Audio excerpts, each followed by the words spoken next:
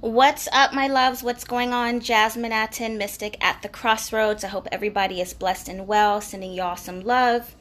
So, really quickly, I got a inbox message this morning from someone who set up her wealth and money and prosperity altar. She set it up, she said it's been about 2 months now, and she has seen some improvements to her finances, but she's not sure why she's not manifesting the money that she's asking for based on the things that she has set on her altar. She sent me a picture of her altar, which was very beautifully set up, but asked, were there some items missing, or were there some things that she could add to it that could help strengthen the energy and bring her faster results and quicker success? And the answer to that is absolutely.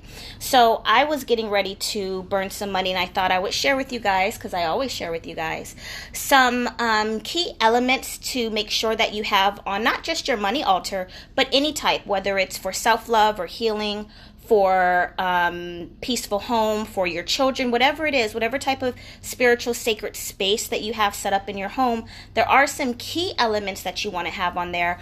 But specifically pertaining to money and finances, there are some items that you'd want to add. This kind of falls in the line of feng shui, but there are some very specific spiritual items that will help increase and draw in that energy for what it is that you want to manifest. Hi everybody, thanks for joining. Please share this video, please like this video, share this in your group, share it with someone that you love, share it with anybody that you know that wants to manifest more money. Hi Jay. Jay's asking if I have a spell to get you a new house. Actually I do. There's a spell on my YouTube channel, Mystic at the Crossroads, which is manifesting a new house spell. That's literally the title of it, and it does work, so check that out. All right, let me try to flip this camera around. Hey Nikki. And before I do that, so a basic altar setup for those of you, especially if you're new to spiritual work and altars, you want to have one item that represents the four elements. So earth, air, water, and fire.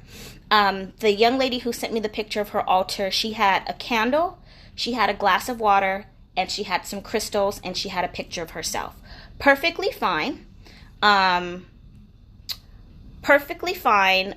But there were some items missing, and she was missing some incense, and she was missing something that was living and vibrating on the altar. So that's really important. So I'm going to show you guys some things that I have here. So this is my working altar, not my personal, but this is my working altar. This is a ritual that I have going on for a client. This is day 3. What's today? Wednesday. So I think I started this on Monday evening for her.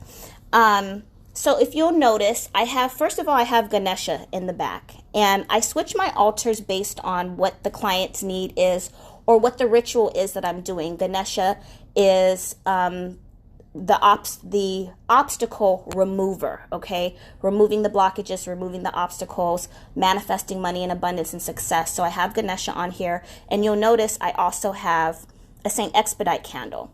Over here, back here, I have...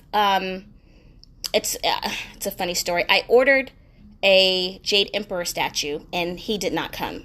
This is what got sent to me, and this is the precious minister who, the funny thing is, when I looked up the history, this particular deity is specifically for business and career, so I thought it was kind of funny. I got the wrong order, but I kept him because, obviously he's useful as well, so he's here on the altar.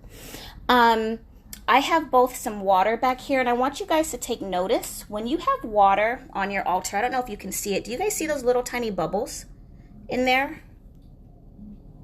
So when bubbles are in your water, that is an indication that your spirit guides, whoever it is that you're working with, whether it's ancestors or angels or deities, that they are present in your work, okay?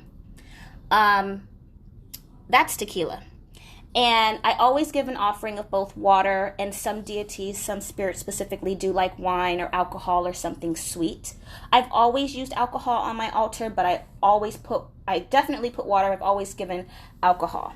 Some other things I have here, this is a little cake that I picked up. I had a whole plate of food up here, but I don't leave my offerings of food longer than 24 hours. So there was like chicken and rice and vegetables and things like that, but I've already taken that off the altar. These are some apples. Apples are very good for manifesting prosperity. And then these are the working candles that I burnt for the client. The candles I have back here are all pertaining to success in business. Each one of these candles has been prepared with different herbs and oils and ingredients. So there's 5 candles. They're all prepared differently. And I tell you guys all the time, it's important to do your homework on the herbs that you're using, because one herb may be just for money, but one herb may be for something specific. One herb might be for specifically attracting customers. One herb might be specifically for removing your financial blockages, and the way you combine those things are very important, okay? These particular candles also, if you want to know what I dressed each one of them with, these candles I will be discussing in tomorrow night's class, Print Your Own Money class part 2, on how to improve your success in finances for entrepreneurs and spiritual business owners. And these are some of the candles that I'm going to be recommending to people. Another thing you're going to take notice, in the back here, I have some dried beans, okay? And that not only represents earth, but beans and grains are a symbol of prosperity. You guys can see that. So these are some items that you can add to your altar, and that energy, all of these elements combined together, is going to strengthen the energy. And then of course you have your money, and this is another form of Josh paper. This is ancestor money, and I happened to come across this. You can find all of this on Amazon.